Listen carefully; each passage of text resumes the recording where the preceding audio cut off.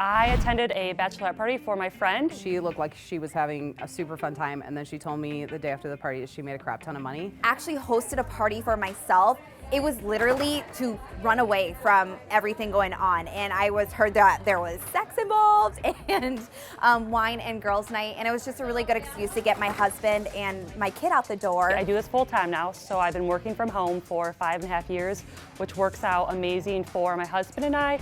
He's a professional firefighter, so he works 24-hour shifts at a time. Paid for a lot of our wedding. It was really awesome that I didn't have to sacrifice the things that I wanted to get and I wanted to have for that day. I fell in love with it. I learned a lot about myself, and I felt so empowered. We also paid off the $56,000 worth of student loans I had, so no more student loans. So it's really nice to have all that debt paid off and not have that over my head. I was quitting my job within 3 months.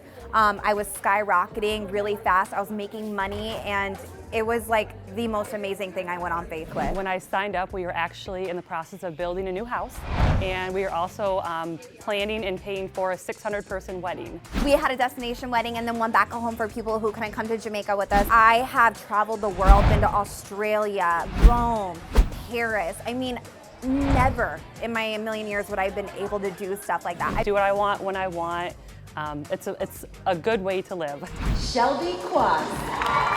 It gave me back my life. It gave me that security, and also my kids, because they're my why, and they're why I wanted to do this. And it feels good growing knowing that they're gonna be okay and secure. With 105,905, Miss Jen Pearson. I love my team, I love this business, I love this company, I love empowering women both on my team and my clients who may have never tried some of this stuff before. Yeah, it's good.